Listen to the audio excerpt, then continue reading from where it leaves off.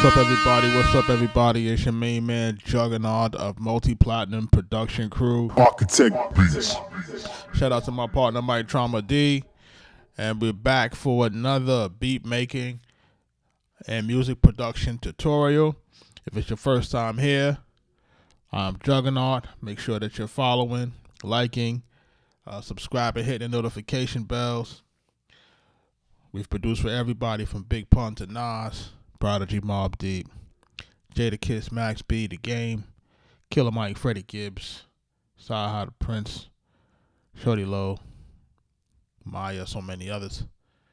So, every time we get together, I try to pull up some tracks that I'm working on in the MPC. And then also, we talk with the folks about, music production and different things in the music business and music industry, current events, things of that nature. But shout out to everybody that's jumps into the live and watches us night after night, or watches me night after night. I appreciate it. I appreciate everything that you guys are doing. 54.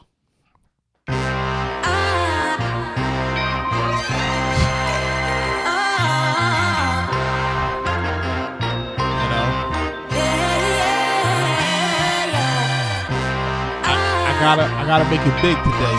Pause.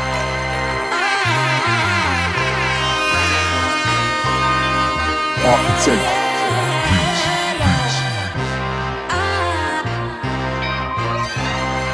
Listen, it's your first time joining the live, man. We get busy every night making these beats, man.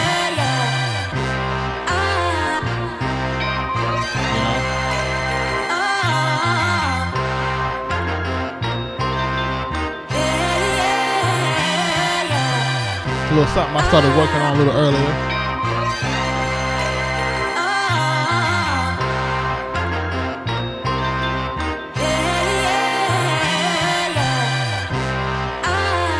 Danny, what up? From the Bronx, New York. Let's go.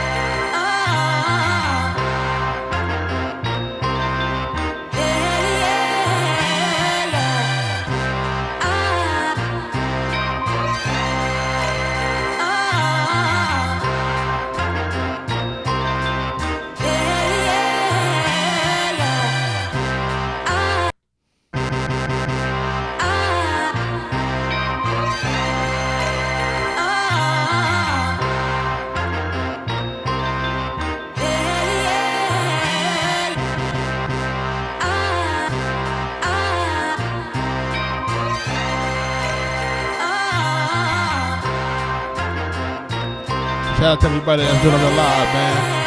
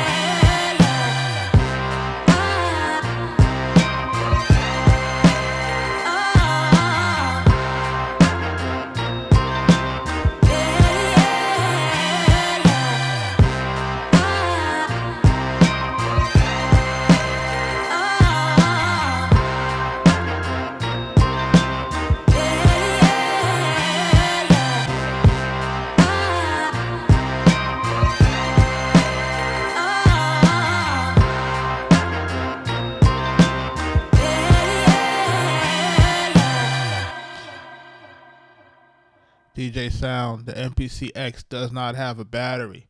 The MPC Live 2 has a battery, but this one does not. This one you do have to plug in. The other one is more for carry and go.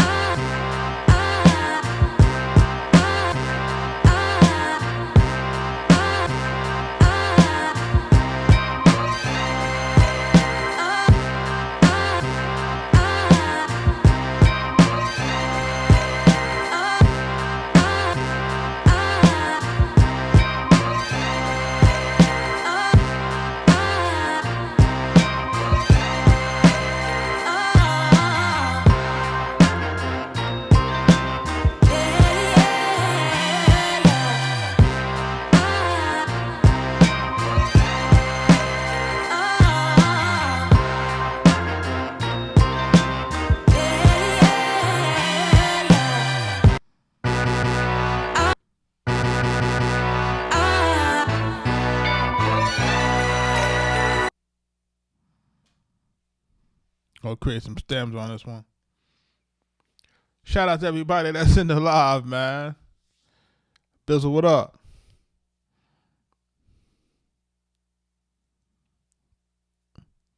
Briefing room, what up? Kaz, we're gonna try to get some stems out of this. See if we can break this down a little bit more.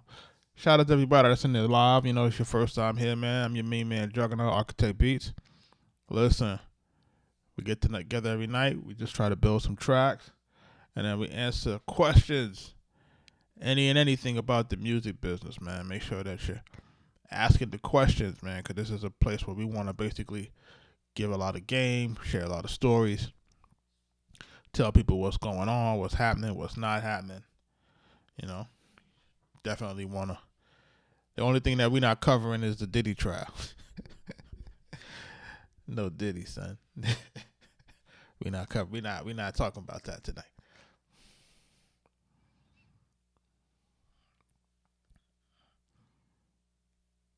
But let me see what the stem separation doing. What we're trying to do is see if we can remove the vocal.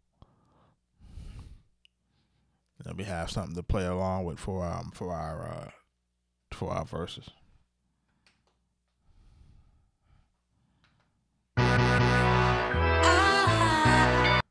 What the heck just happened? Okay, I see what happened.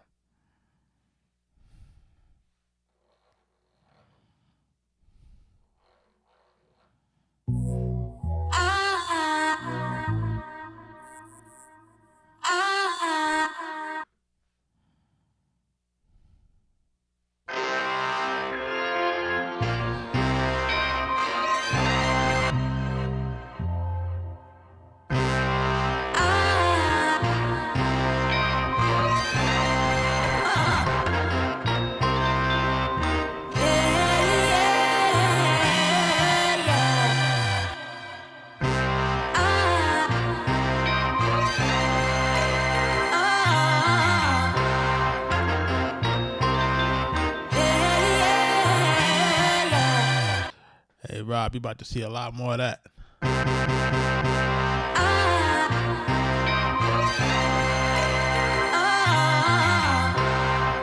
Now, our pages are combined.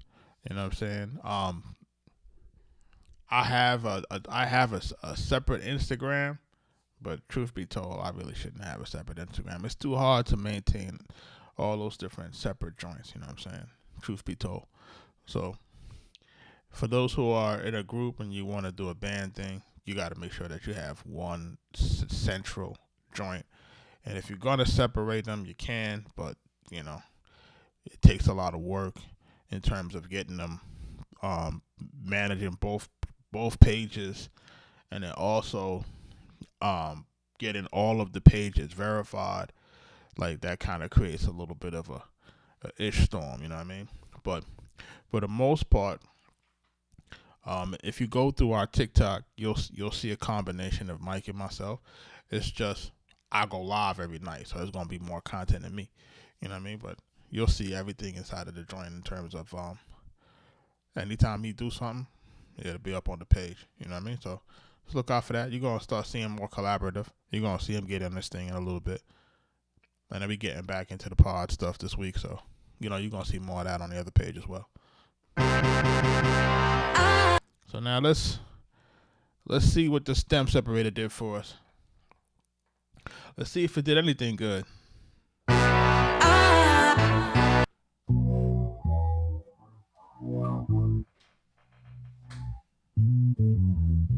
It didn't really do a good job on the bass.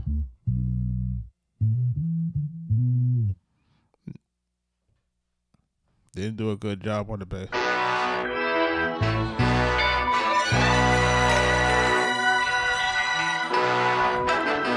We could definitely use that. It took her vocal out, so we can use that. We use that for the verse.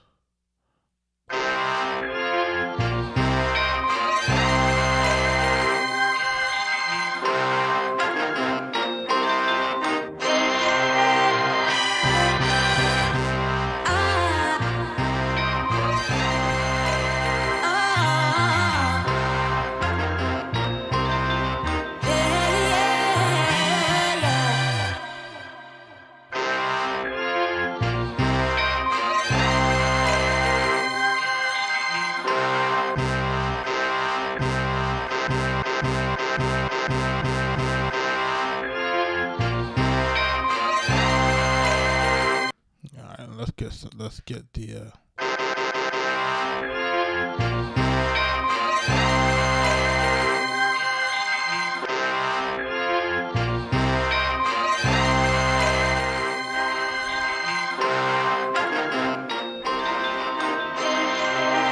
effects on it.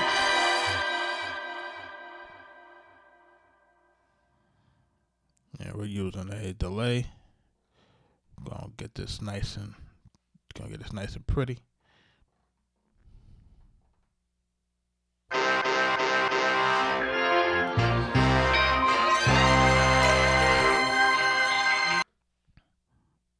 Alright, and now what we're gonna do now is we're gonna copy this one, and then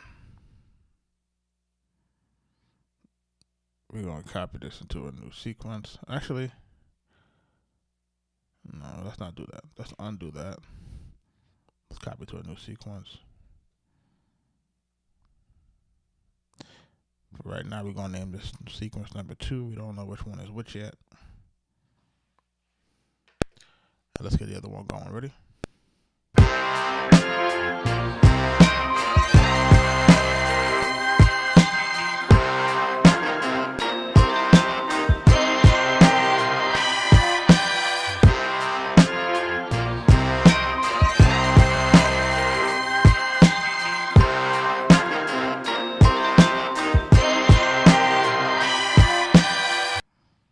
Alright, so let's go back to this sample real quick.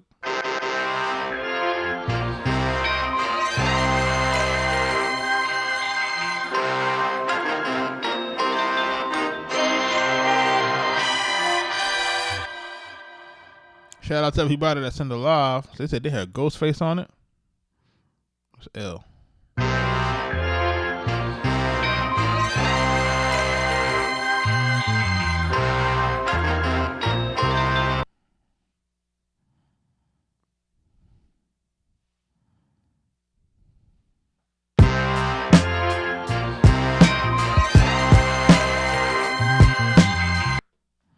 What's going on with this right here?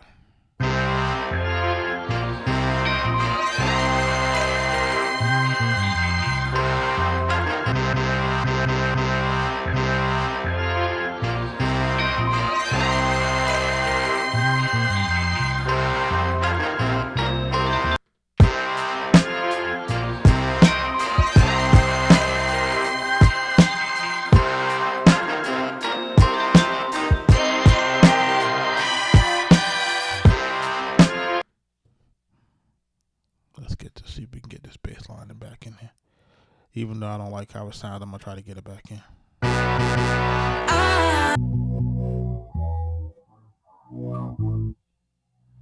As a matter of fact, I know what to do.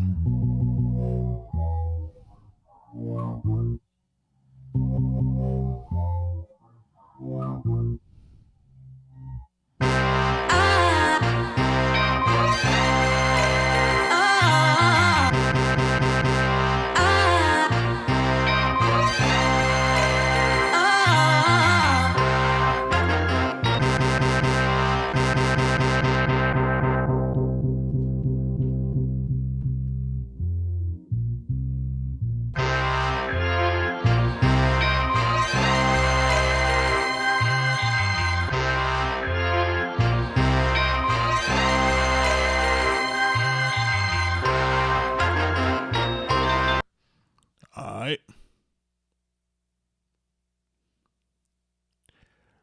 Shout out to everybody that's joining into the live, man. I appreciate that. Listen, that's how we going. LMNO, man. I appreciate you, man. Let's go.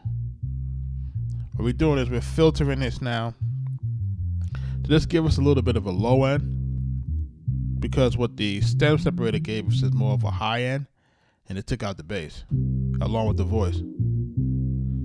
Right? So we're gonna play them. We're gonna play them together. You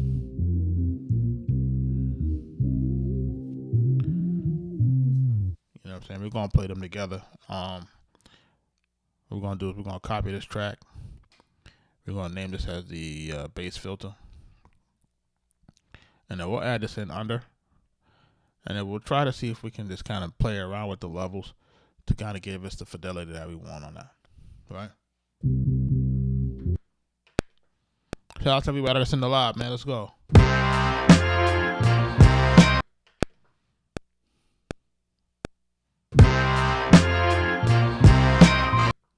going on with this? Let's go. Let's do better than that.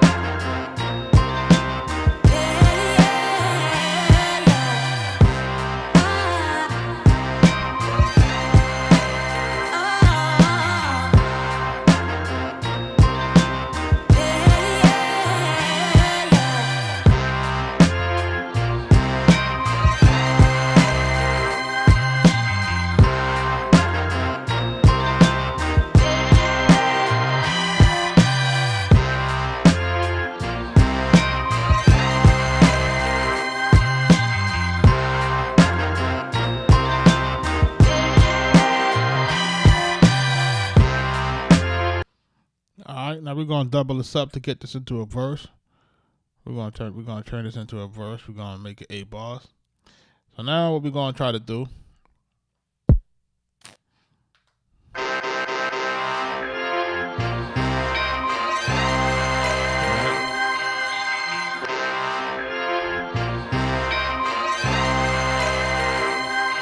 Okay, so what we're gonna do is we're gonna trigger it a little bit different to get us to the 8 bars, right? So follow along what we're gonna do real quick. We're gonna break it up. I don't know what's going on my timing tonight?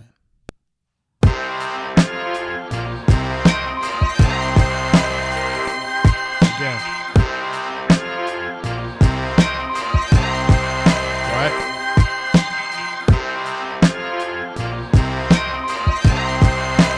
Let it play out now.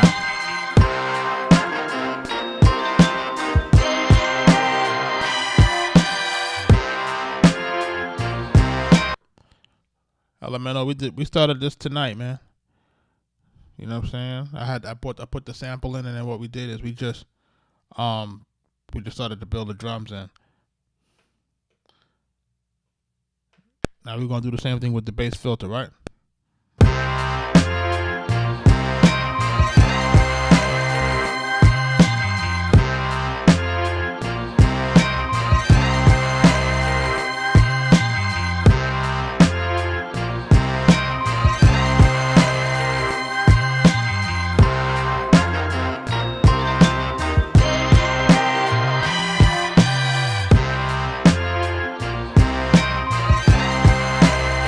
Right. So now when we go to the other part, Hero, what up?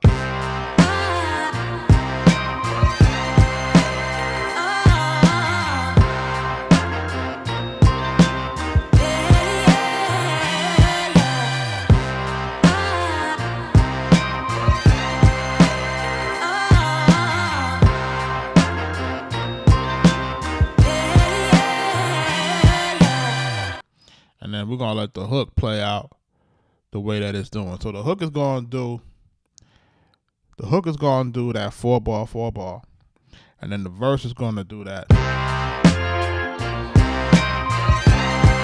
Right? Again.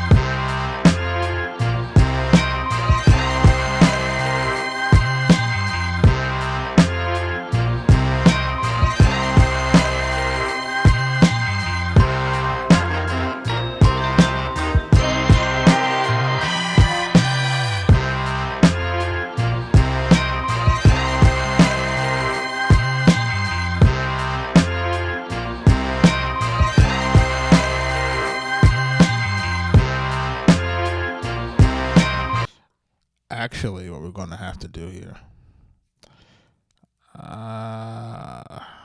Okay. So we're going to go to the second part. We're going to copy this over to the next part of the verse. We're going to go 12 bars on this, right? So what we really need to do is we need this one to play out. Let's go.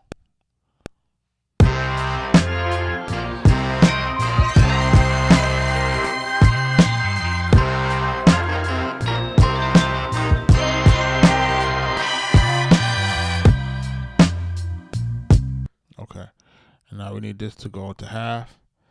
We need to go back into the filter and get that to go again. Ready?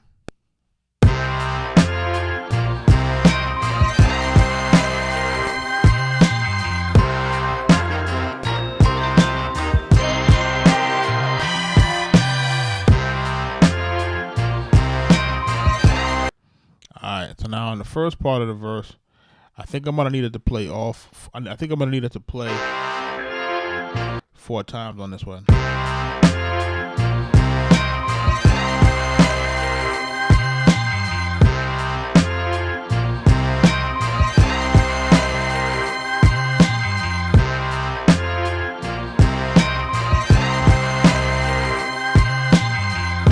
Yeah, we're gonna need it to play 4 times.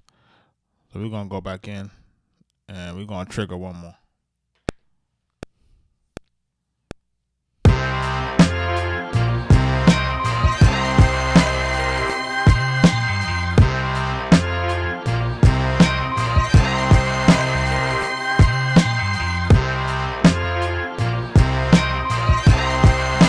One more time.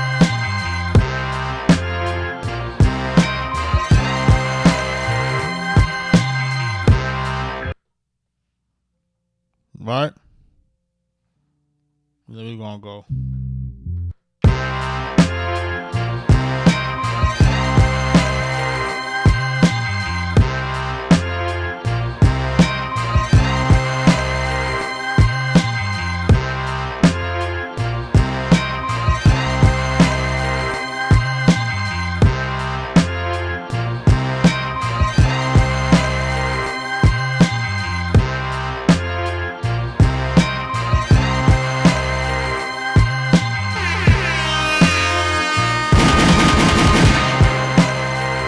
Arkatech Beatz.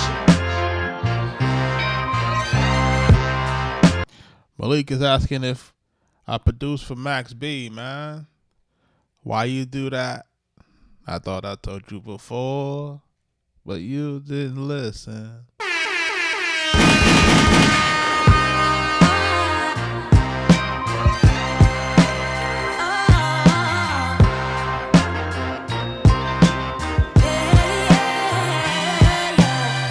Liam, what up?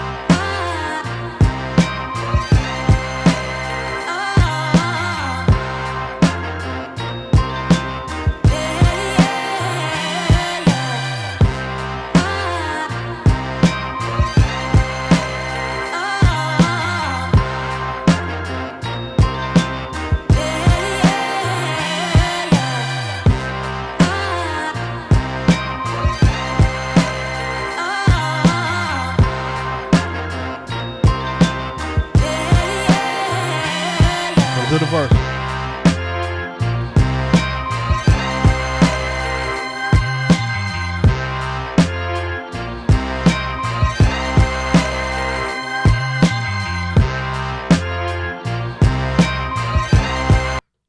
Hero is asking. Hero Beatz on TikTok is asking if he release a beat tape, would he have to clear the samples? Well, if you got the samples from copyrighted records that are vinyl, you're going to have to clear those samples. Technically. Now, what a lot of us do is we just put the record out and let the chips fall where they fall. You know, the most they could do right now is do a takedown, right? So, you know, you may or may not. You know what I'm saying? It's not legal advice, but you know, a lot of folks is putting out records without clearing them. Don't get me wrong. You know, of course, if it does big numbers, you're gonna have to be prepared to, you know, get everybody taken care of on the back end. But, you know, in the beginning, I wouldn't really worry about that too tight, if I'm being honest. For real, man. You know what I'm saying? No risk, no reward, man.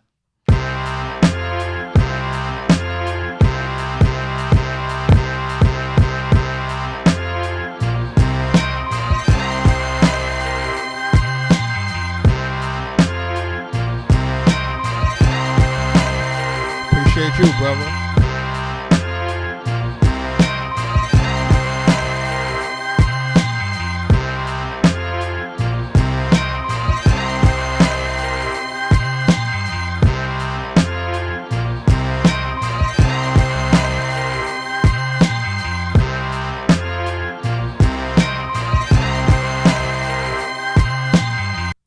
Still Not a Player is produced by my folks Nobody and Sean C. We did the record Capital Punishment on the Capital Punishment album. And then on the second Pun album we did the song Leatherface.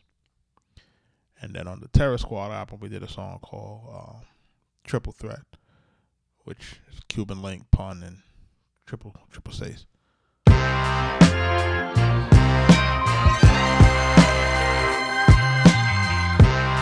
So I think what we did really good here is we did a good job of removing the vocal sample. And for those who were watching, we did a stem separation, which gave us basically a high pass of the beat that took out the vocals, but we were missing the low end, and then the low end of the stem separation was really no good.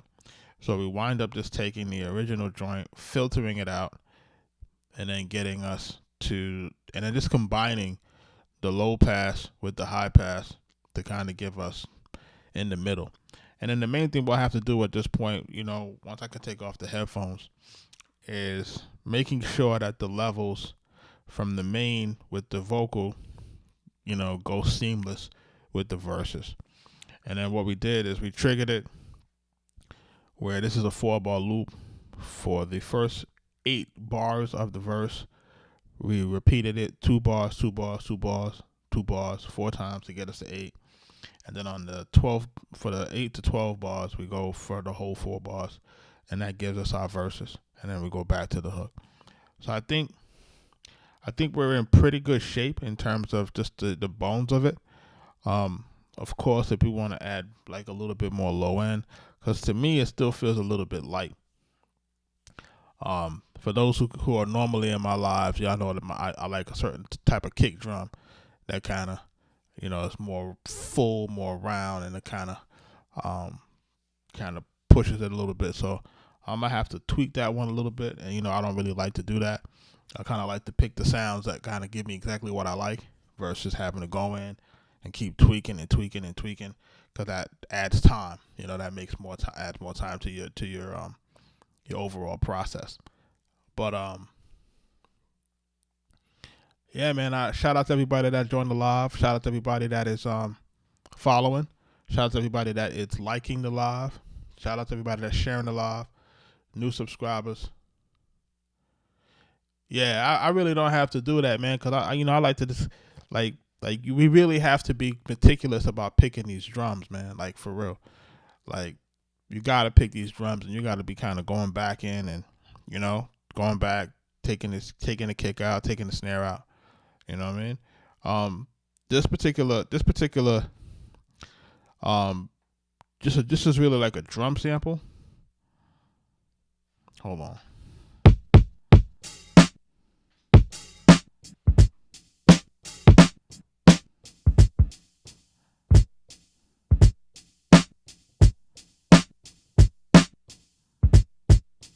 You know what I mean? It's a good snare here. There's actually 2 different snares. It's definitely, these are decent snares. I would probably want them slightly higher, give them a little bit more tail, but we should be good on that.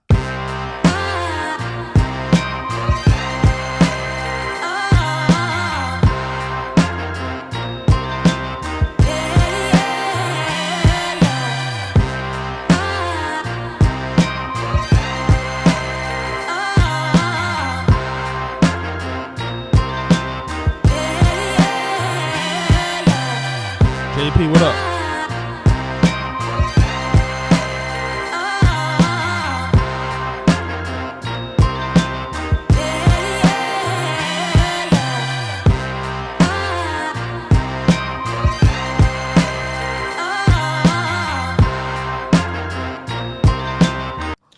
The funny thing is that there's an open hat in here, but you can't hear it. Sample is loud. I'm going to add it back in though.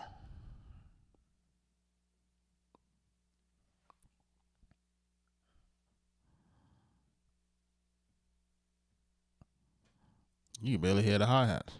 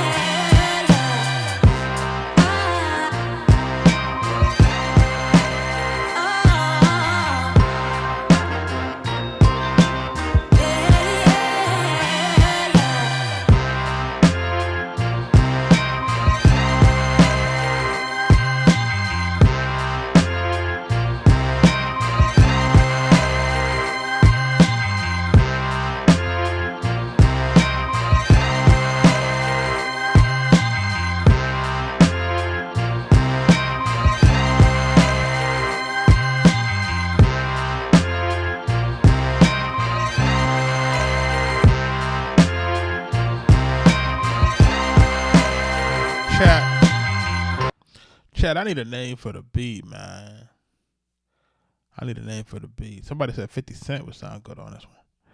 Man, I need a 50 Cent joint bad, man. But I might got a line on them, so we're going to see where it go.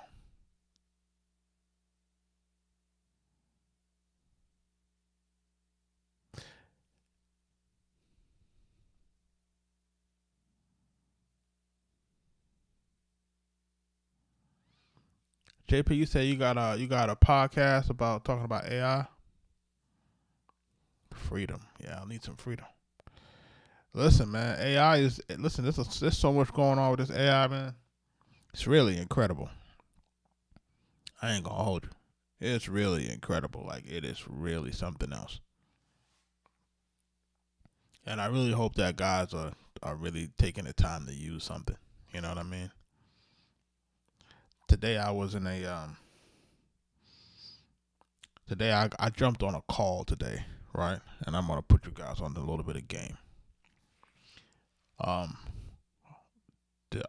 There's a set of folks who are basically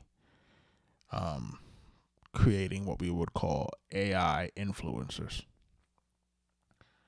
So basically, I'm gonna leave it at AI influencers. That's what they're calling it. They're calling it AI influencers, and they're using the AI influencers because each AI influencer is going to have a certain amount of followers. Because they're going to be making each of those accounts are going to be making AI generated content and have its own set of followers. So they say in the future, you'll no longer be able to kind of deal with regular influencers. You'll be dealing with the AI avatar influencer, and that's what people will be following and watching. So there's a set of guys that are going to basically take these AI influencers and spread them throughout social media. Now, basically there'll be YouTube, Facebook, Instagram, TikTok, right? So essentially what these people are looking to do is they're looking to use this now. They're looking to use the AI influencers to promote music. So basically what you would do is you would basically take your record, give it to the AI influencer, give it to the AI influencers. You'll pick a number of AI influencers you want to send it to. And what the AI will do is it will generate a unique piece of content for each of those AI influencers to basically saturate the For You page. Are y'all following what I'm saying? Right? This will be your new level of virality. Now, I think in some cases it's a great idea, right? I think in some cases it's a great idea. In other cases, right, it creates the same issue of, we don't know who's real, who's fake. So that's a whole nother issue again. You know what I mean? Is trying to determine, who's really listening, who's really watching, and that's where it gets a little murky for me. So while I think it's a great idea on the surface, it still doesn't really. It starts to create another level of inauthentic virality and or engagement, because it'll get to the point where we won't be able to determine which profiles are real versus which ones are fake.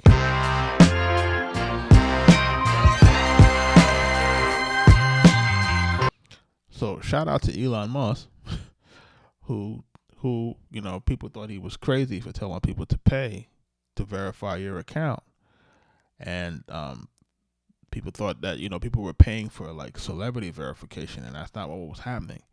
He basically was ahead of the curve and knew that social media was saturated with bots.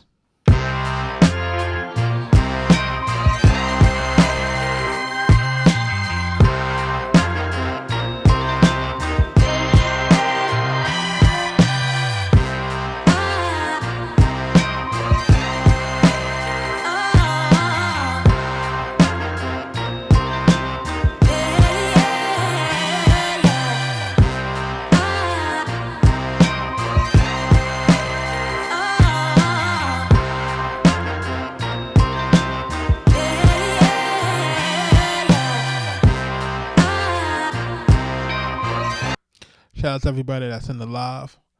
I'm still looking for a name for the track. So I think one person put Freedom. Thanks for playing. He put the name Freedom out there. But I need a name for the track. Let's go.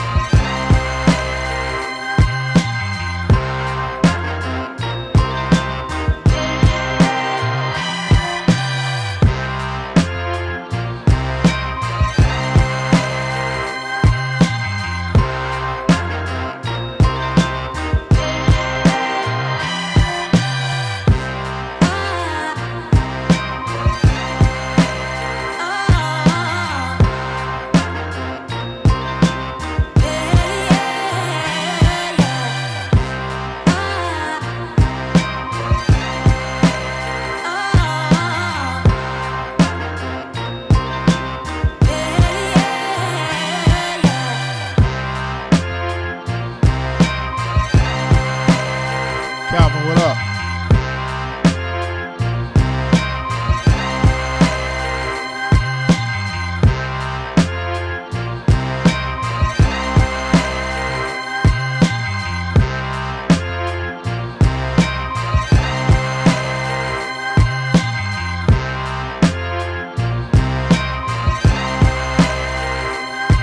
The plot thickens. I like that, man. I see more people say Freedom. We're gonna probably go with Freedom. Shout out to MOP, man. A true story, man. Mike D A&R that Warriors album on Loud Records, man. If you know, you know. Shout out to MOP DJ Premier. Yeah, loaded and locked. We're not trying to promote any violence in here. What do you mean by loaded and locked? Huh? This is a family channel, man. This is a family live stream, man. We're not trying to promote that type of stuff. Nah, I like Ice Cold too. I remember hearing MOP first time Cold as Ice. And I remember when Mike brought the dad to the crib and to the studio, and you know, he's like, I need you to listen to this. And it's just that, you know, and it had that whole journey, cold as ice, and you know that I'm cold. And that dun dun dun, it was faster. It was just crazy, man. Right now, Alex, we just using the MPC. Nah, Neptune didn't do that. Lil Fame did that. Lil Fame make them beats too. Don't sleep.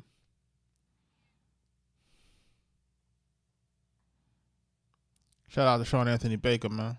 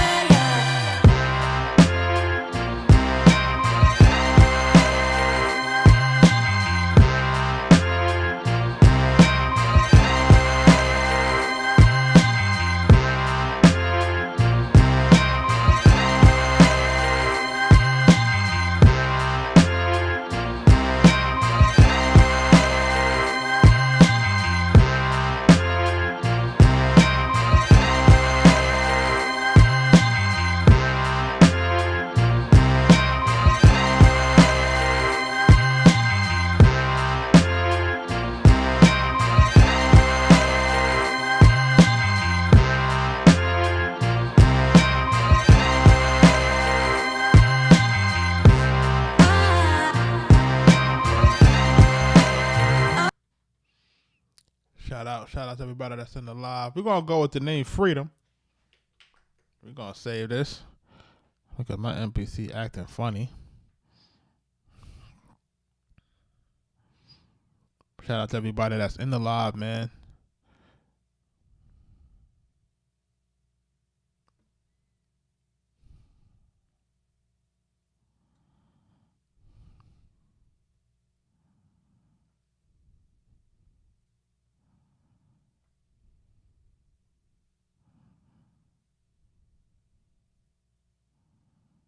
It's 81 BPM. Was it 81? I don't think it's 81. I can't remember. We're just gonna save it.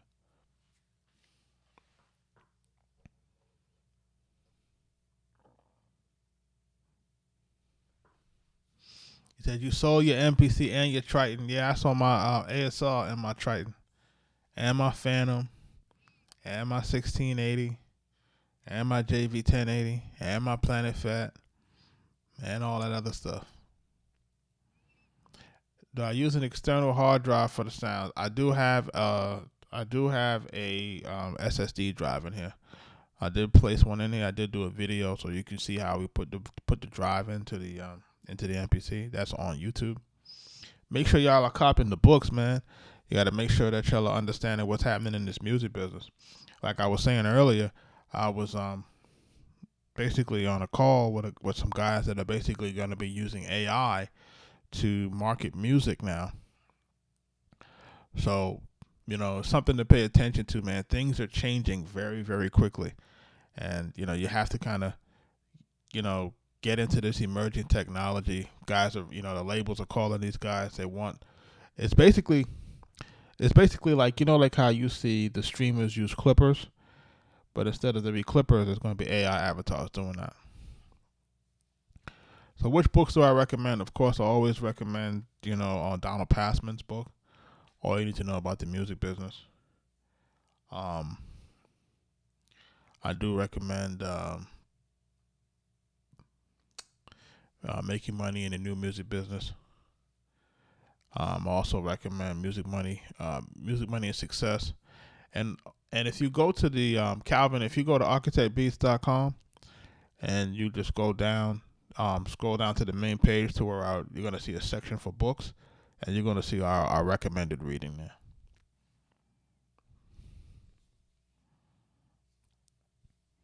And that's what I'm trying to do. I'm just trying to put y'all on to the things that we're reading, put y'all onto the equipment that we're using, etc.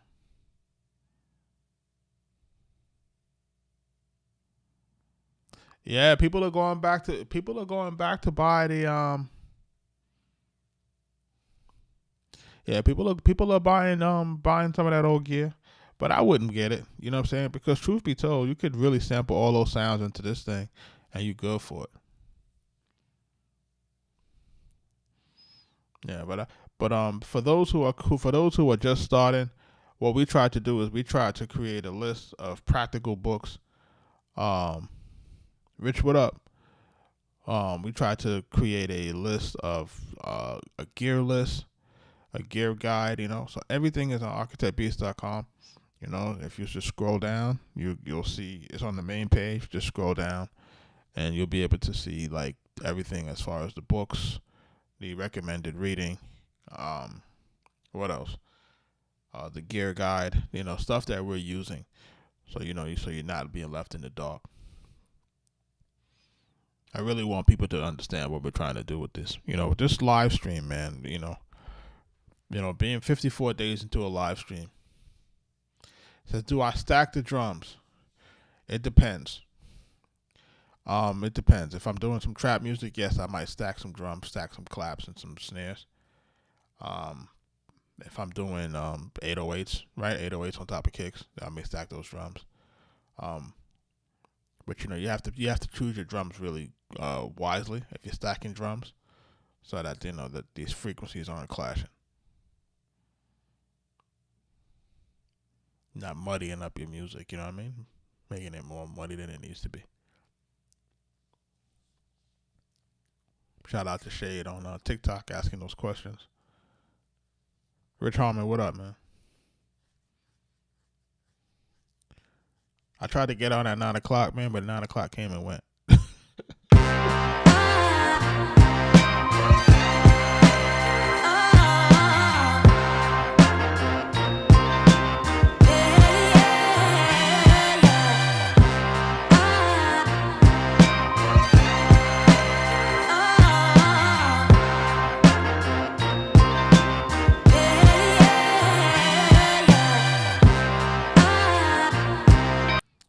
Called Good Samples, brother.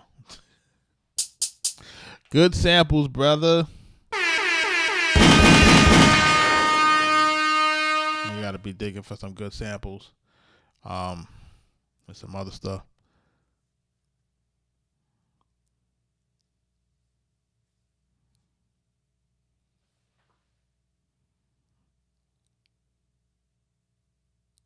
And what we're trying to listen, and again, man, like I said, with the AI stuff, I was looking at what these guys were promoting.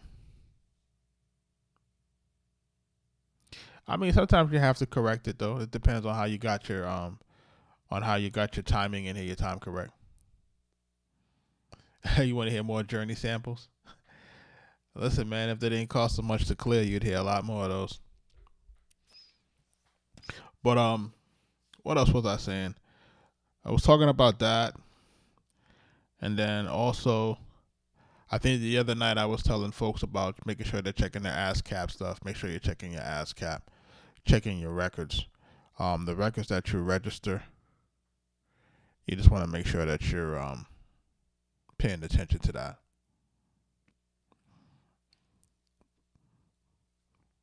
Like I said, the other day I was talking to one of the senior directors of copyright at ASCAP. And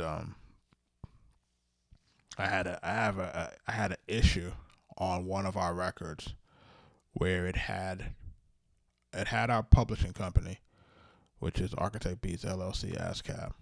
So it said it had us on the record as 50% of the owner on the record, and then it had us listed again, but then 0% of the record. So this is the type of things that happen with ASCAP, and it cause confliction. And when things are conflicted in their system, for whatever reason, they'll choose, it's the same publisher, but they'll probably choose the one that has 0% versus the one that has 50%. So these are the things that you have to do to clean up. They said, what's a good place to start with an NPC? The good place to start, honestly, is you want to get some sounds that you like, so like for me, I go through sounds, I do different 808s, basses, right, and the rest of it is kicks. So in bank 1 I put kick, bank A I put my kicks, and that's going to give us what we give us, and bank B, it's my snares.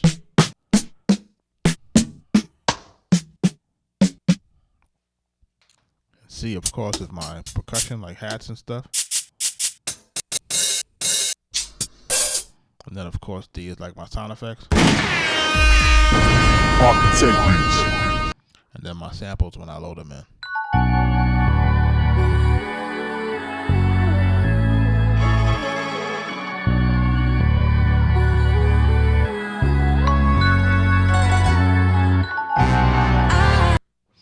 Yeah, so since I'm making any trap beats tonight, probably not. Yo, let me tell you the joke. Show you the joke. The other night I was making trap beats, right? The other night I was making trap beats in here, and I can't remember the guy, the homie's name, but homie was in the chat, and he said to me respectfully, yo, he said, this beat's not it. He said, this is not it. He said, the stuff that I watch on your page is ultra special, and I don't want you to be doing this. and I just thought it was very honest and sincere and was coming from a good place. So I didn't take offense to it. You know what I mean? But was it one of the better trap beats? No, it wasn't. You know, I was trying to make it work, but it wasn't one of the better trap beats. You know, truth be told, I like to do my trap in my FL Studio. But you know, which MPC would I recommend? This one, if you got it. You know, if you got the bread, get this one. But also think about what you're gonna need in terms of your functionality. For me, I have a home base. You know, I have a home studio, a home base. You know, you probably can't really see how big it is in here, but this room is probably, what's that, like 10 by 12, or maybe like a 10-foot ceiling. Like it just, you can't see how, you know, how big it is. Like this desk right here in front of me is like 8 feet. It's 8 by 4.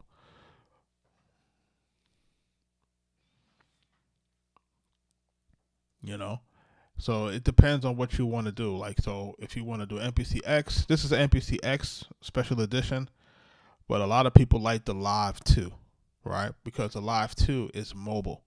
You can take it wherever you want to take it. It got a battery, it got speakers in it, and you can run with it. So, you know, either of the two.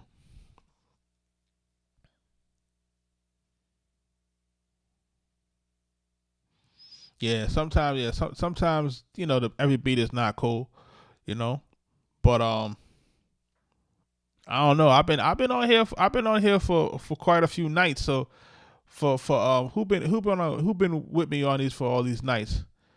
Tell me if I've been missing. I don't know if I've been missing on some of these tracks. I think a lot of these tracks be hitting like hell. Aiden Ray on Twitch is asking, where would you look if you was just starting out? He says he got Ableton, workflow down. He just want to learn more about music theory, right?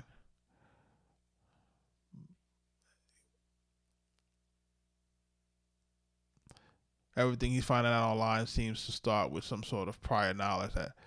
Listen, man. People listen, I think music theory is good to know. I don't think it's the end all be all. I think it's good to know. I think that what people have to start doing is you just have to start deconstructing records. And that's the one thing that I like about sampling, right? Like if when I'm sampling something, I could deconstruct it. You know what I mean? And it gets to the point where the other day Mike sent me something. Mike is like, yo, I need you to listen to this record. And he sent me this record for somebody that we were sending some music to. And he was sending me a bunch of records because whenever you're trying to find out who you're going to send, what you're going to send to your next artist, you kind of want to do your research. You want to listen to a bunch of their music, you know, the music that does really well. And then you also want to listen to not just the singles, but you also want to listen to some of the album cuts. And you want to just kind of get an idea of how these guys construct their albums, you know, in terms of speed, in terms of tempo, in terms of pitch, you know what I'm saying, key. You want to kind of pay attention to those things. And what I would suggest for a lot of people is to take the music that you like, sample it, deconstruct it. Sample it, deconstruct it. And people are going to say, well, what are you telling them to do that for? It's because you need to understand why those drums feel the way that they feel. And the only way for you to do that is for you to program them yourself. For you to hear what your drums sound like besides your favorite drum sounds. And then you kind of have an idea of where you need to move your barometer.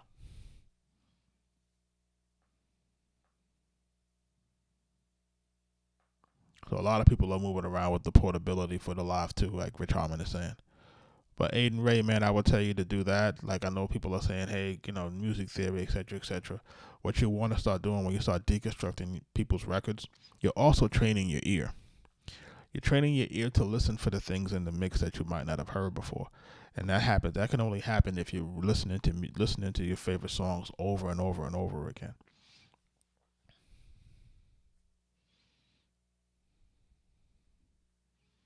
Absolutely, we heard it, Gil Scott Heron, man. The revolution will not be televised, man.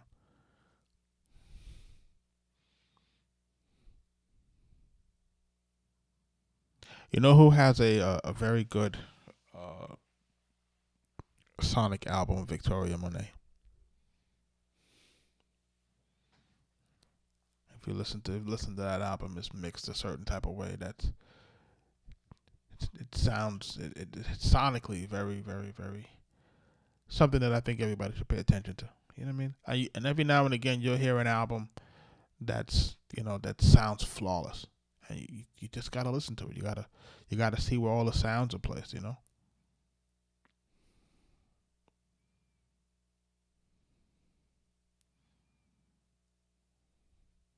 with all of these extra tools like FL and Ableton and things that can give you like chords and all of this type of stuff, it's like we don't have to lean on music theory like we used to. Like before, you had to lean on a little bit more. Now, not so much. If I upload a sample in, it's going to give me the keys, it's going to give me the pitch, it's going to give me the BPMs. You know what I'm saying? So a lot of the guesswork is removed. If you're using the tools that are inside of these systems.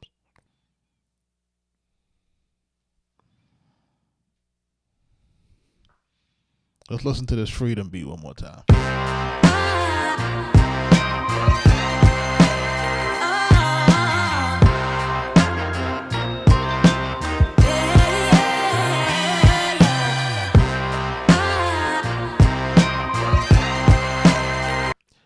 Calvin on TikTok is asking, do you finish the beats on the DAW?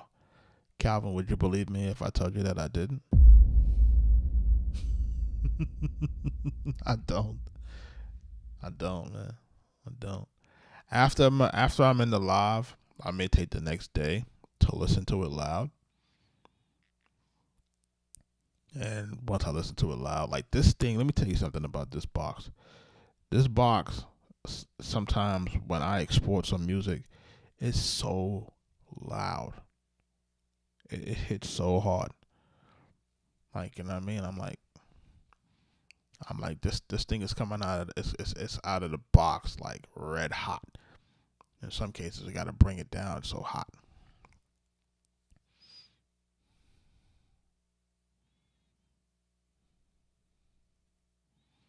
So yeah, I don't really like now that we have the software and it's connected, I may use that, because now what happens is, see, right now it's plugged into my my audio interface. It's going through line inputs, right? But when you go to the software, it goes USB, so it's digital, So that'll give you maybe a cleaner representation when you're listening back, but it's still loud.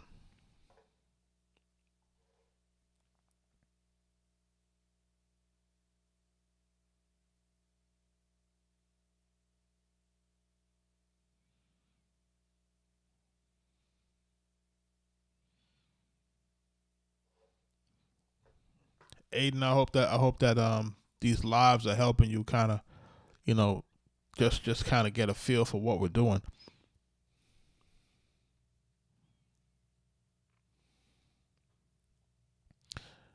Yeah, listen, man. It definitely sounds different. I ain't gonna hold you.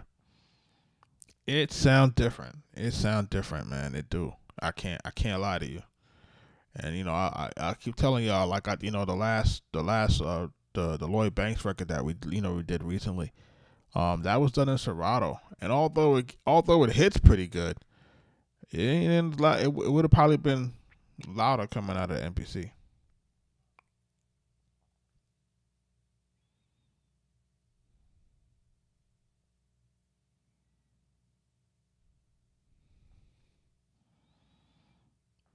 Rockosaurus, I don't know how to really get it much clearer, without taking up the entire screen with this, well, taking up the screen with the screen. I kind of want people to see what I'm doing with the pads and not so much with the screen. Um, that's why I kind of try to talk my way through it. So I'm not sure, what we're gonna be able to do with that for right now. But like I said, we probably will start using the software, and that once we start using the software, then that'll be a little bit different. I'm from the Bronx, man.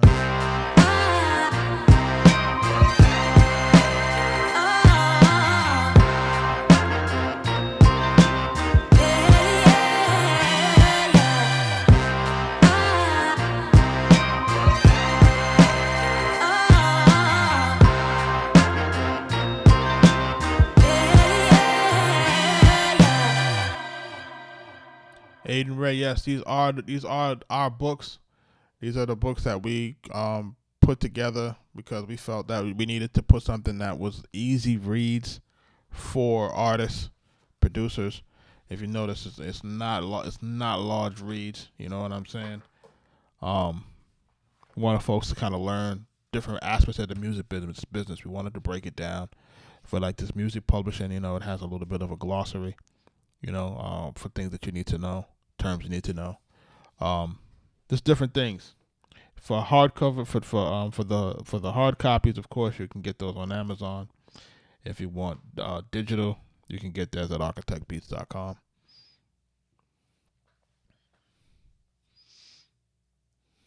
But I definitely recommend people trying to learn this music publishing. Like, listen, it is the gift. Trust me when I'm telling you. Listen to me. I've been in this business for a long time, and it's the gift that keeps on giving, right? But if you don't have it taken care of, then it won't take care of you. And this is the main thing with this too. Like, music is supposed to be, like you say, it's intellectual property. And when we make music, we're supposed to do it one time, and it's supposed to pay us in perpetuity. This is what we're looking for it to do. This is what we want it to do, right? But if people are not, if they're not setting up their structures correctly from the beginning, you get left out of the income stream. And this is what they're hoping that you'll do, is they're hoping that you will not do it properly. They're hoping that you will not be able to follow up. They're hoping that you do not understand your contracts so that you don't get paid.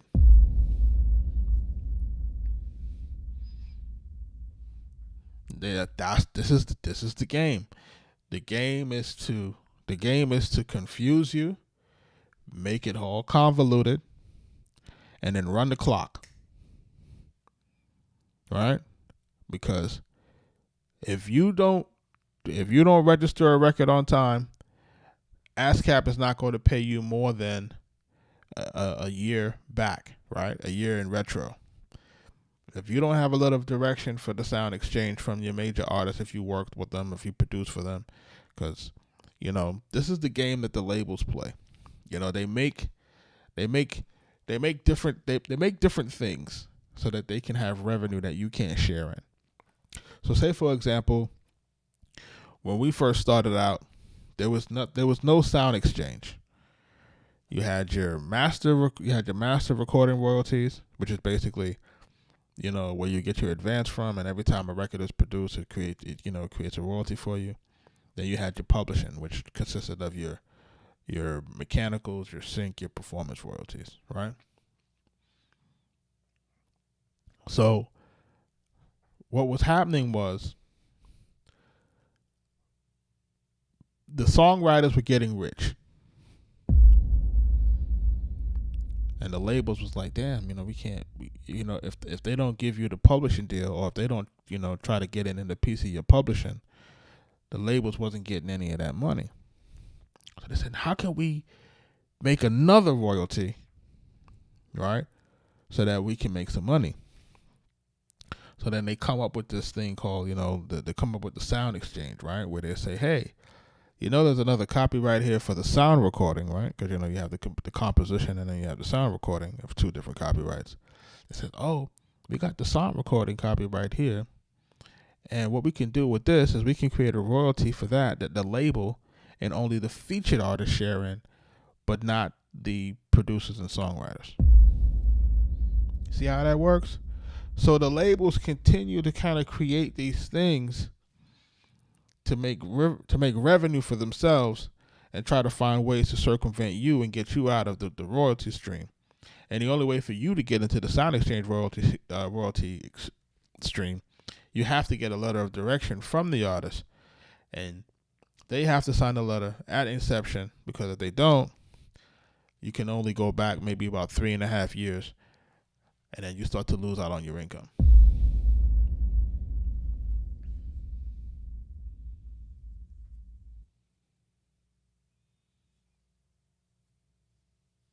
I mean, a shout out to you. So again, I just want to reiterate these things. I leave the books out on every live, and I know folks are like, why is he leaving these books out? It's because it's almost more important than the music itself. Like, it is so important for you to really understand this music business. So, I leave those things out for people can just kind of get an idea. Like, it's not just about, yeah, we want to make beats. Yeah, we want to make music, but we have to make sure that we're protecting our music, protecting ourselves. And you want to try to see how you can, live off your art. Like, that's the main thing. It's like, you want to live off your art, bro. You don't want to be in a situation where you're not living off your art. So I'm hoping that's cutting through.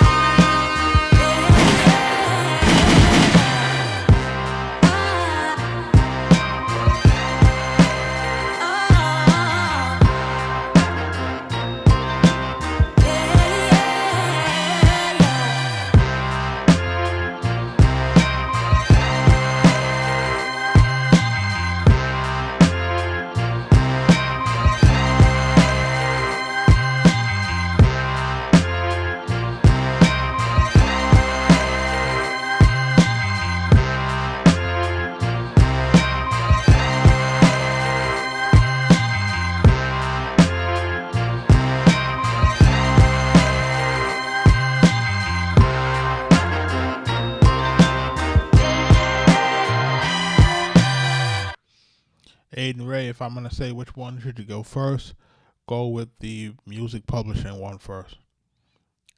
And then go to the LLC, and then go to your music copyrights.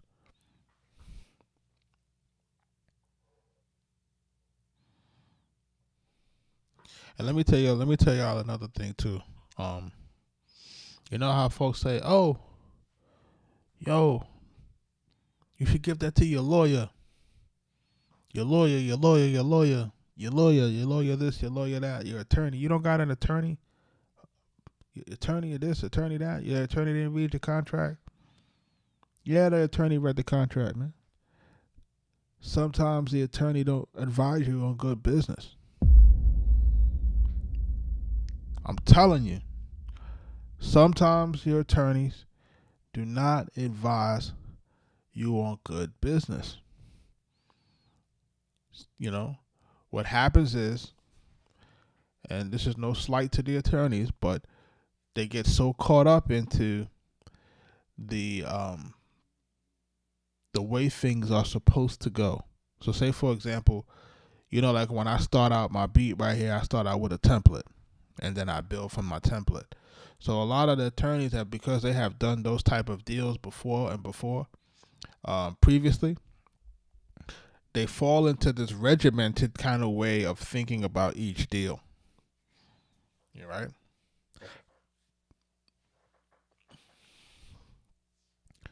You have to know your business. If you don't know your business, then the things that you could ask for, you won't ask for. Right? And some of them work for the labels. No slight to them. You know what I'm saying?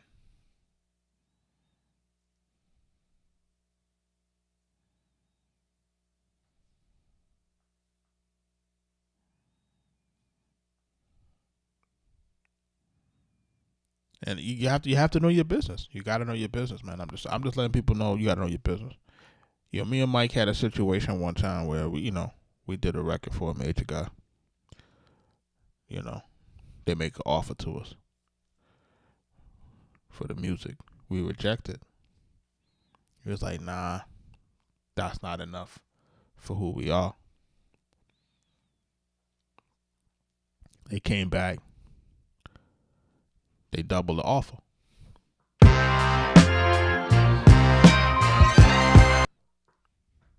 Pay attention. They doubled the offer. So, gave us the first one. We was like, nah, we're bigger than that. They doubled the offer. I go to the attorney and I say, hey, what do you think the number should be? He was like, hey, they already doubled it. I think you should take that. I was like, nah, we're going to triple it. Oh, guess what? They accepted the triple.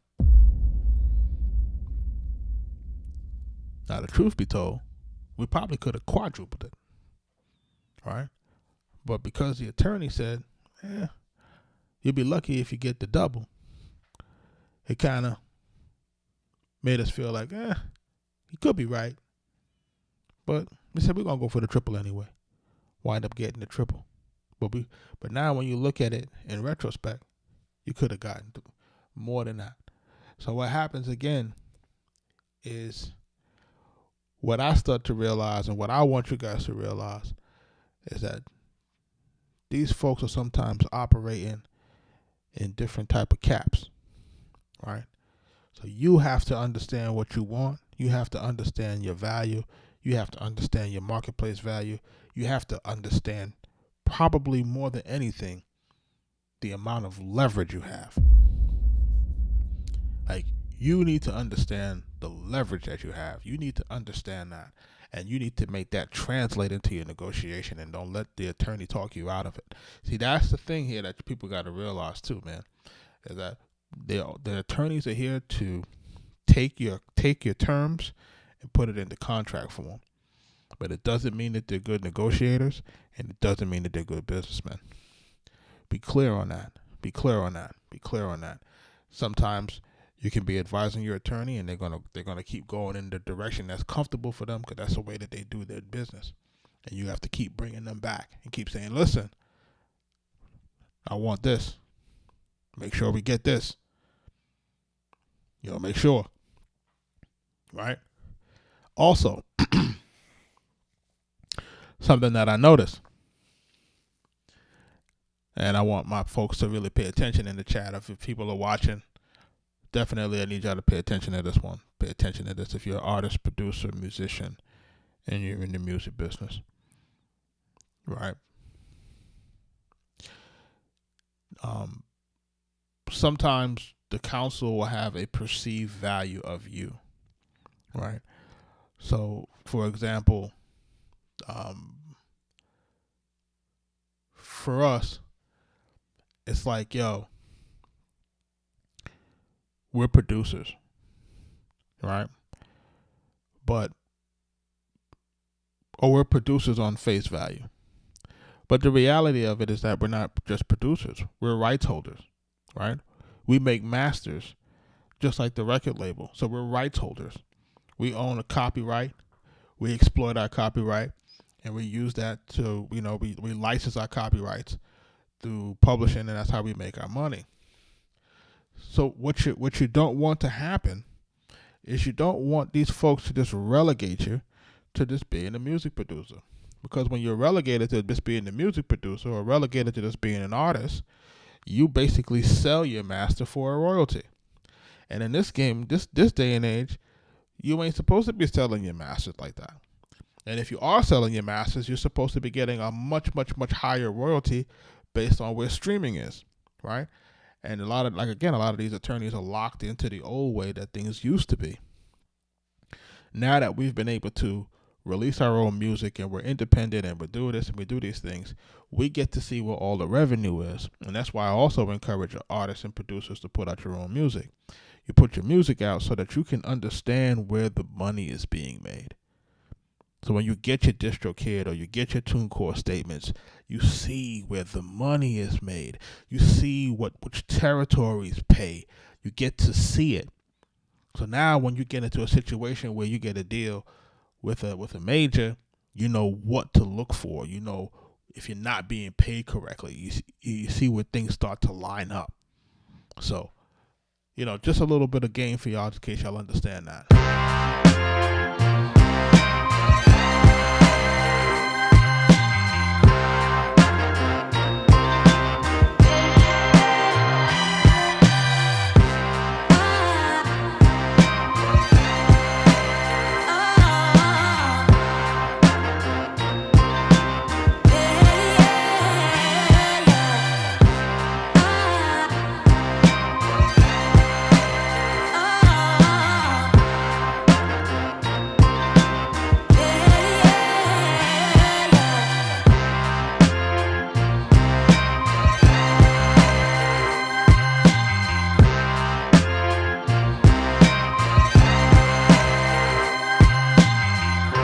So listen, this is the whole point of this live stream, man. It's not just about music production. It's about this music business. It's about me telling you, like, yo, pay attention. Pay attention, pay attention, pay attention. It is definitely something that we want to pay attention to. I think there are a lot of folks in this game that don't like that we make so much money. They don't like it. They don't like it. They feel as if, a lot of us aren't educated, that we shouldn't make as much money as we do. You know what I'm saying? Now, for me and Mike's case, me and Mike, we do have, we did go to college, right? So it's a little bit different for us, right? But, I'm also from the Bronx. You get me? Right? So I'm one of those people that are blessed. I'm blessed to have seen, both ends of the spectrum, 1 foot in the street and 1 foot out, like I'm blessed to have navigated that and be able to have made it through that kind of labyrinth, right? I'm using a maze word, using larger vocabulary words tonight, right?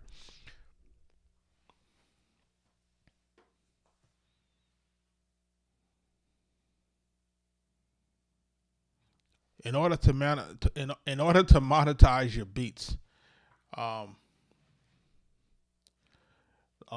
Musician's Guide to Music Publishing, and then also we have a free book on our website. It's a free book on our website called The Songwriter's Guide to Song Registration.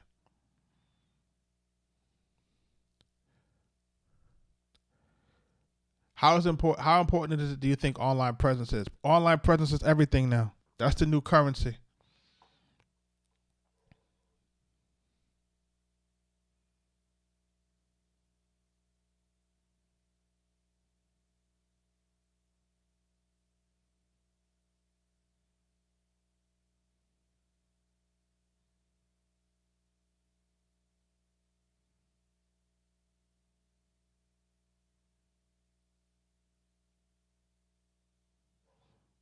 Yeah, you could put stuff out on YouTube. You know what I'm saying? But listen, your online presence is everything right now, bro. Like, your online presence is your new currency, bro.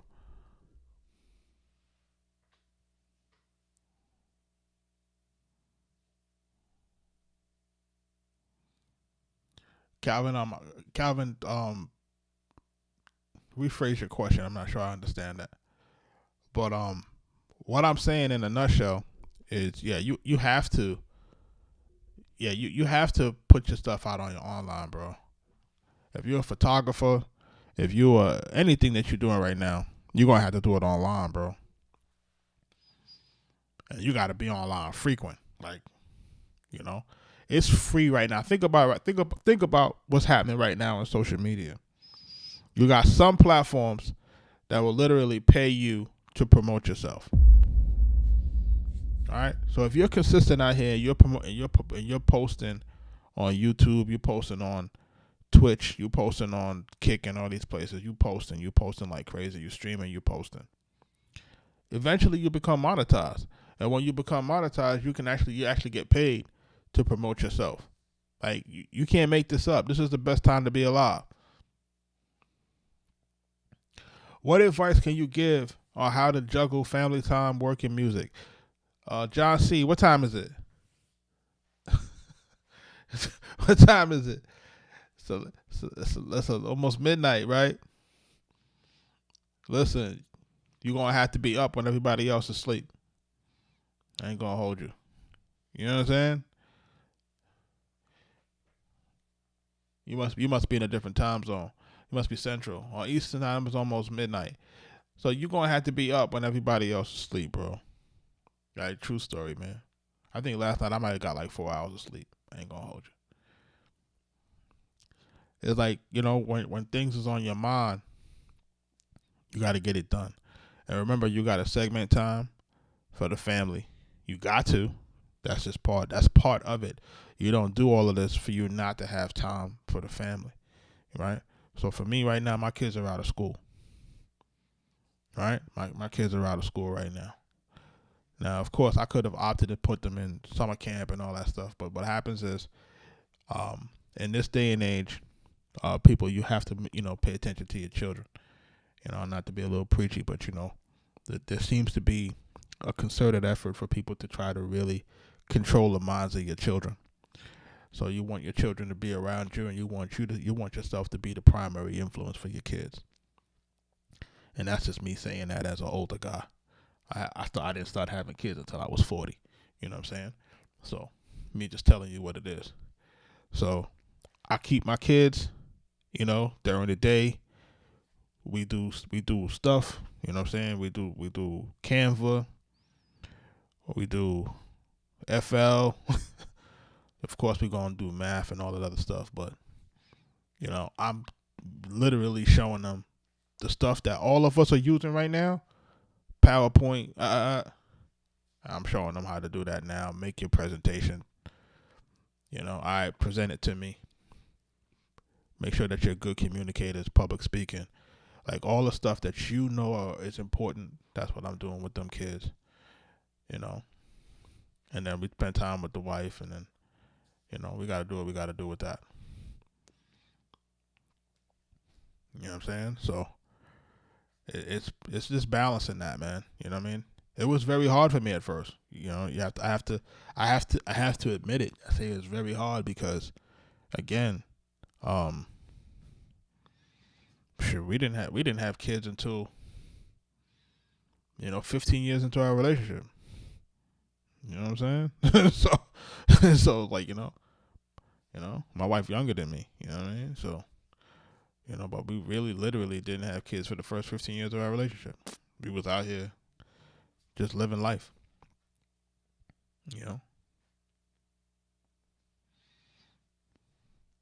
But that's definitely the way you got to balance it. You gotta set the time. Try to stick to your time.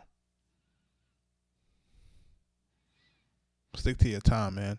I would tell people, like, listen, man, when I go live, y'all check in with me, whatever, and y'all start getting busy on your own. You know what I'm saying? Like, for real, like, check in, peep in, see what's going on, see what you want to learn.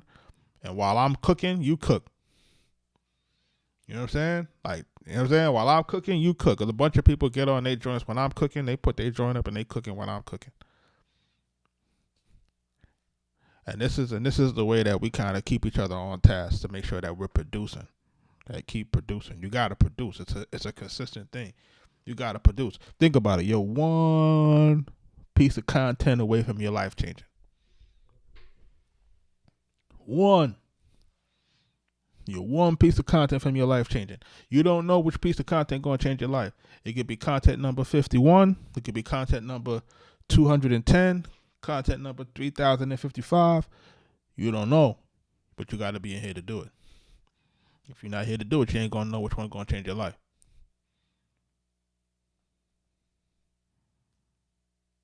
The way some of these records happen for us, man, it's like folklore, man. It's like lightning striking, man, in some cases. I ain't gonna hold you. Yeah, some things we grind for, but sometimes you just happen to be the right place, right time. You know what I'm saying? Right place, right time. Mike was listening to one of the beats that I sent him, and he wound up it was just so crazy, and he wound up throwing his hat at the camera or something like that. And then Lloyd Banks saw the video, hit us up, say, "Yo, I need that." All right. That was it. You know what I'm saying? Like, that's how it goes sometimes. It's like, sometimes it's like that. Other times it's like, yo, you be in a room with somebody and you only got one chance to make a pitch. You know what I'm saying? Yo, peace, yo. I'm such and such. I work with such and such and such. Make sure you don't name their ops. Make sure you know who your guys' ops are. You don't want to go, you don't want to go to Griselda talking about Freddie Gibbs, or go to, Drake talking about Kendrick. You know what I mean? You can't do that. So you got to make sure you know who your ops, whose ops is who. Make sure that you mention them people that they respect. And if you're gonna name drop, you know what I'm saying, make sure that you name dropping very quickly. Don't hang on it. Say what you did, what you do. Yo, I'd like to get you something. You got an email I can send it to. Woo. And then take it from there. You know what I'm saying? True story, we had met Jadakiss one time. The first time we met Jada, man, I was in Cross County Mall. For those who are in New York, y'all know what I'm talking about. There's a mall that used to be an open door mall. It was in Macy's and Yonkers.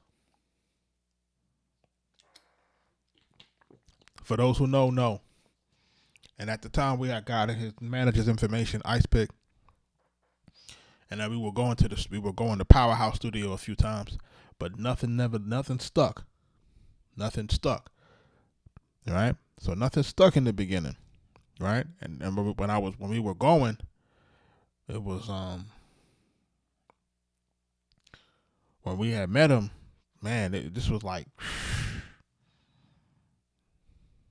maybe 2006, 2005. You know what I mean? Give or take. That's when we had met him. And look, we didn't get a record off on him until we did Top 10 Live, and that didn't come out until 2015. You see what I'm saying? Take time, man. The music that we had wasn't ready for him. You know what I'm saying? You just got to keep working until you get what you need. Yeah, I need people to be cooking, man. Like, not just, like, I want people to be cooking while I'm cooking, asking questions while they cooking. Like, we're trying to make sure that we're building a strong community of producers and stuff. And once your network is strong enough, then people could be in the chat, say, yo, I need this. Yo, who got a line on this? Or who got a line on that? Sid said I only made beats for the East Coast. That's not true. Sid, it's not true. He said I only made beats for the East Coast. That's not true, man. Right now what I'm doing is I'm feeding the bass. But I'll do everything, bro.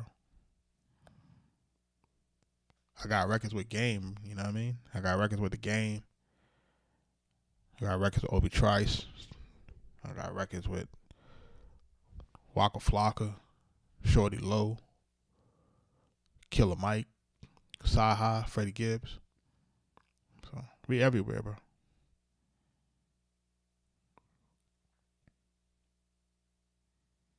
Alex asking if I sign producers. Nah. Yeah, we used to. I had dabbled in it a little bit, and it could be a little stressful.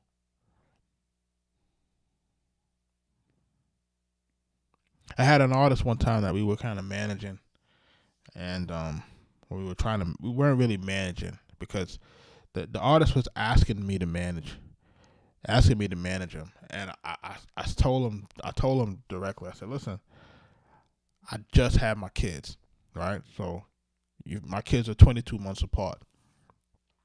So at the time, my daughter was maybe, this is pre-COVID, right? You figure COVID is 2020. At the time, my daughter's like 4, right? 4 or 5. She's 4, getting ready to turn 5. Before COVID, and my son is 2. You know what I mean? So I'm like, yo, I really don't have the bandwidth to manage an artist. You know what I'm saying? Because that is really a 24-hour job. You don't just manage the career; you manage every aspect of their lives, damn near. You know what I mean? So some people are not really aware of how that really works. So, what wound up happening was, I said, listen, I'm gonna help while I help where I can help. You know what I mean? So I was, listening to the music. We was taking the music. We was getting the music the way we needed it to be.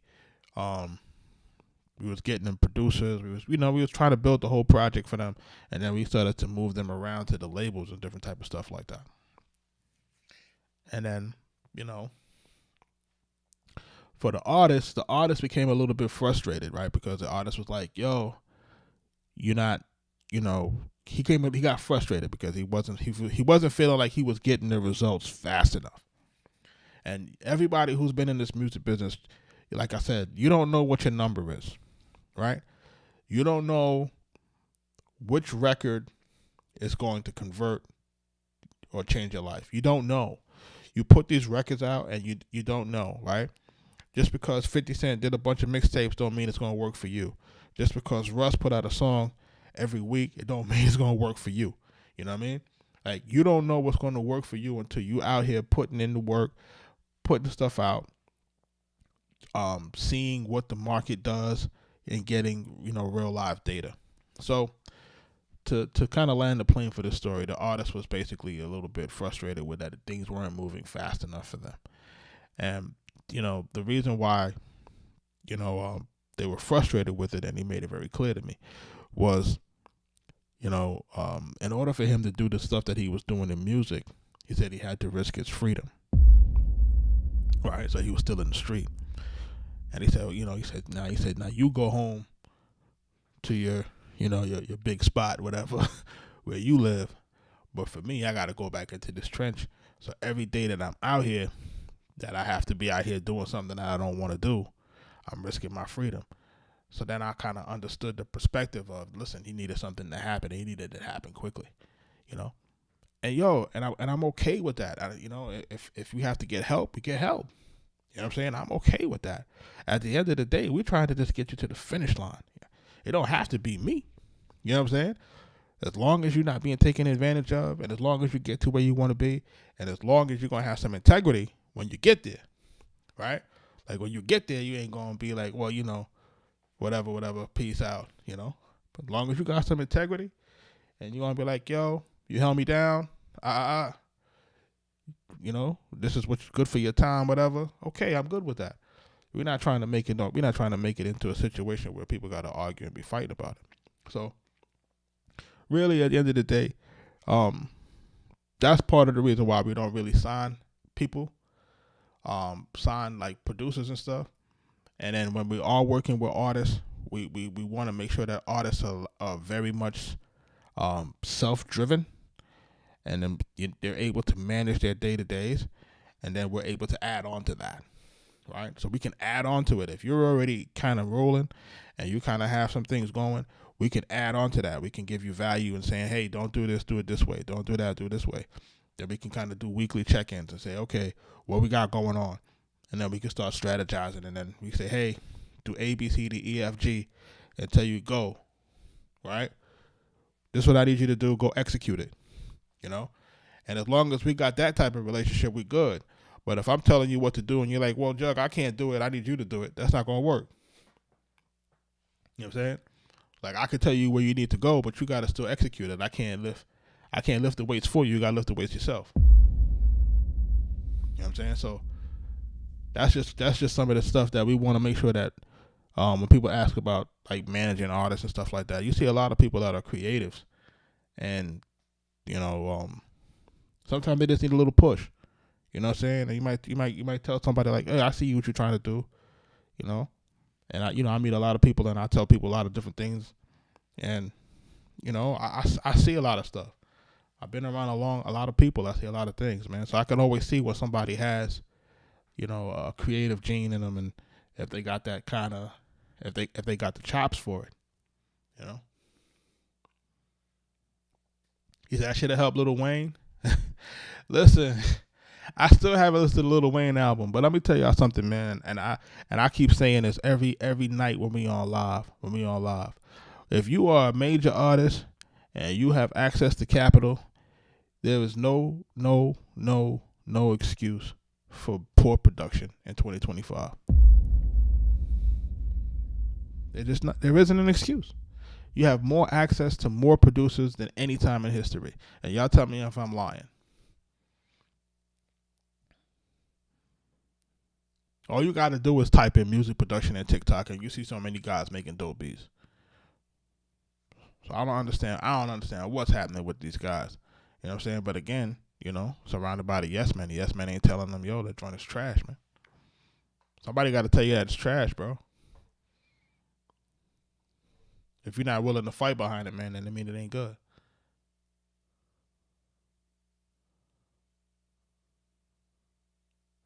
Somebody says if you've been producing for a few months and you have a decent, you know, a few dozen sales, but no good placements, what would you recommend? Keep selling beats. You keep selling that stuff, and then what you start to do is, as you start to build up your capital, then what you can start to do that, then you can start to kind of do some paid promo. Sometimes what happens is you can't get the placements is because you haven't been able to really get your name big enough. So sometimes what happens with that is that if you're able to sell music, if you're just selling music, that's a great thing, right? Continue to sell the music. Make sure you're putting some bread to the side, and then you might want to start running some some brand awareness campaigns. So then when you start reaching out to people, you know, it's like, okay, I seen him before. He shouldn't have named it the Carter 6. I don't know, man. I haven't listened to it yet, man. I really haven't listened to it yet, and y'all ain't making me want to listen to it.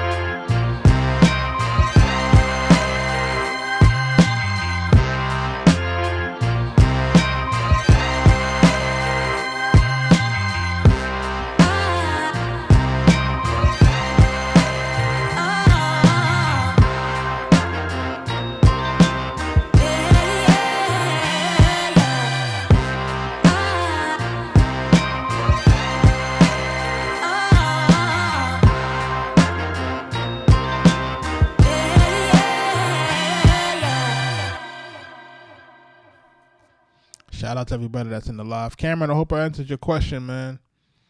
Because he was asking if he's selling some beats, but he hasn't got any major placements yet. And yo, major placements are tough now. And let me tell you why they're so tough. is because not a lot of guys got record deals. Not a lot of guys got record deals. You got to really be honest. It's not like how when we were coming up. Like when we were coming up, we could have went to Nas, Nori, CNN, Prodigy. You know what I'm saying? Like there's so many people that was working. Exhibit, the Alcoholics, Cellar Dwellers. You know what I'm saying? Like you name it, we could have been out there working with guys. That's not the case anymore, right? So you got a lot of guys that are independent. You got a lot of guys that are independent. You know what I'm saying? And it's your responsibility to find those independent artists that got traction. Because remember, everybody got to start from somewhere. And for a lot of our placements, a lot of our major placements came from artists that were just starting out. You know what I'm saying? So say for example, when we went to Atlanta for the first time, we was in Atlanta and we started moving around and we got put on to Alley Boy. Right? Alley Boy was heating up. You know what I'm saying? So a lot of people didn't know who he was. You know what I'm saying? So he was heating up.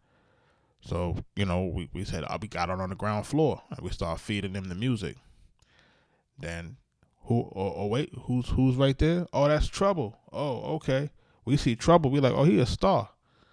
It was just a matter of time before he got picked up. You know what I mean? Rest in peace to him. You know what I'm saying? So anybody with two eyes could see. You know what I'm saying? So a lot of times you work within the camp. You see a camp of guys. You be like, okay, who's next? And that's how you gotta figure it out.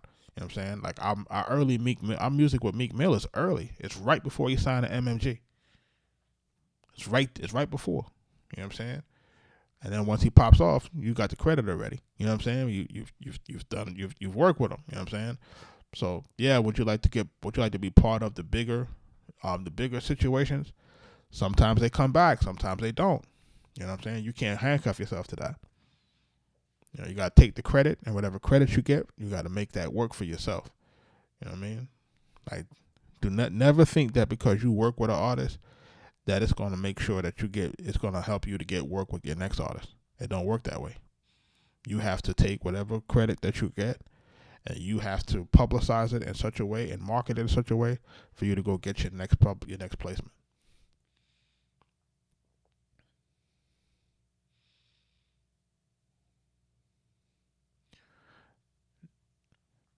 John C. Just put out more music on socials and then see where it leads you. The more music you put on socials, man, you'll start to determine what's going to be the lane. Put the stuff out on socials and see where it resonates. Start really paying attention to the data, pay attention to the watch time. Just making sure that when you're posting stuff, post stuff at the same length. You know what I mean? Like say, I'm going to do 45 seconds, I'm going to do 58 seconds. Keep it under a minute. And then what you keep doing is, you try different genres, different things, different sounds, and then see what hits. You know what I'm saying? See what gets the most views. You know what I mean? See what consistently gets the most views. And then you double and triple down on that. And you can still do sync at the same time. You don't have to do exclusively one or the other. But you need data. You need data. And I think I've been saying that to folks for a long time. You need data. I think that the most misunderstood thing about social media is that people say, well, I'm trying to get a viral hit or something like that. That's not how it works. Social media works like this. You make content, and the job of these platforms is to find your audience. You don't find your audience. That's what the algorithm is made to do. It's made to find the audience that resonates with you. The same way my feed came to you, and you've never been here before, it's basically feeding you what they think you need, or what you think you should see. But the only way that you're gonna ever see my stream, I have to show up. This is night 54. You know what I'm saying? Like, you ain't ever been here. This is night 54. So it took 54 tries before you got to see the live, and that's how it works.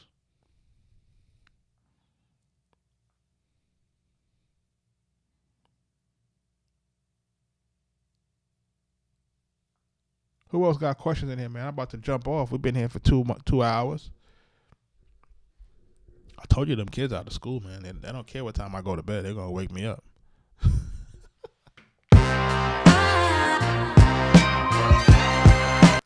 What did we do last night? Let's play the beat we did last night, y'all. That one was tough that we did last night. I ain't going to hold you. We call that one last night. We call that YN Crash Out.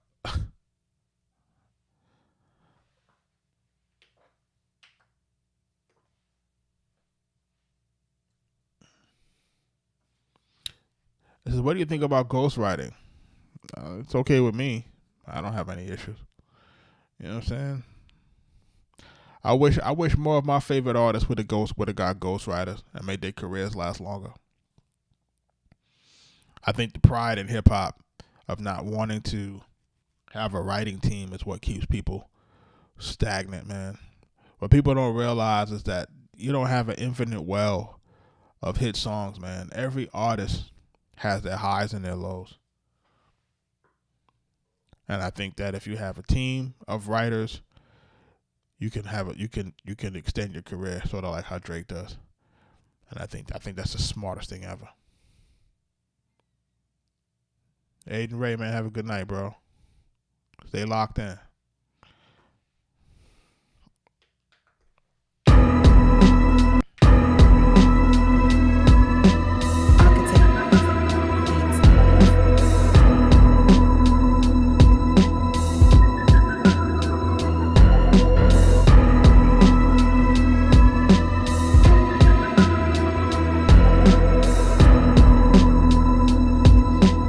Arkatech Beatz.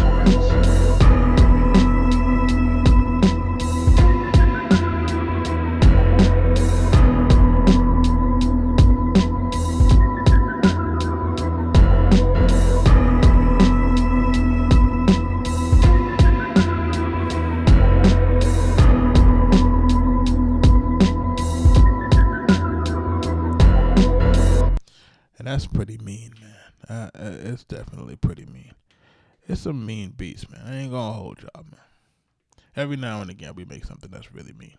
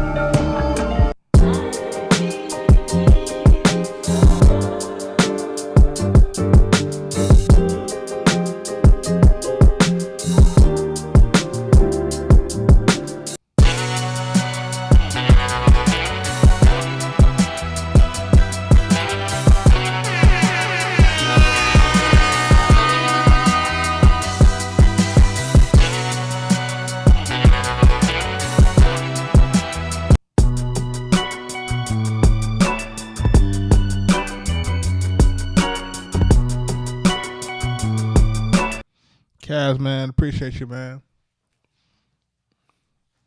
Appreciate y'all, man. Appreciate everybody that joined the live tonight. We'll be back in tomorrow. Hopefully we get on a little earlier. I don't really like the 10 o'clock. I like 9 o'clock. Because after the live, I still got to kind of, after the live, it's like you be so wired. Like, I can't sleep. I be like, yeah, I can't sleep, man.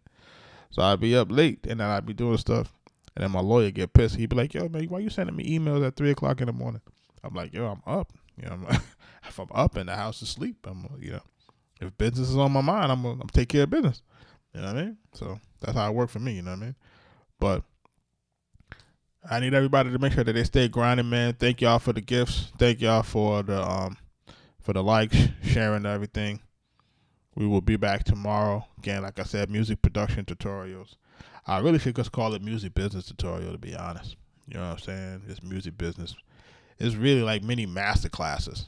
If people are paying attention, they're master classes. The only thing that I haven't been doing is I don't have it on the screen and say, hey, click this, click that, do that. When you register the song, click this button, do that button. But those are coming soon, you know what I'm saying? I want to be able to show people exactly what we do, exactly how we how we structure our business. You know what I'm saying?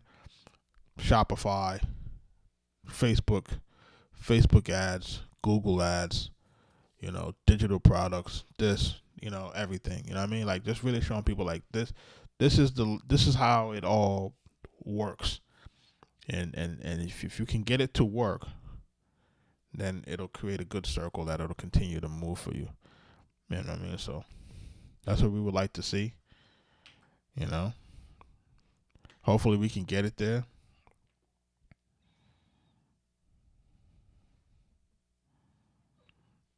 But I need everybody to have a good night. And before we leave, I will be playing the beat that the chat name called Freedom. I guess we're all trying to get free. And I'll holler at y'all tomorrow.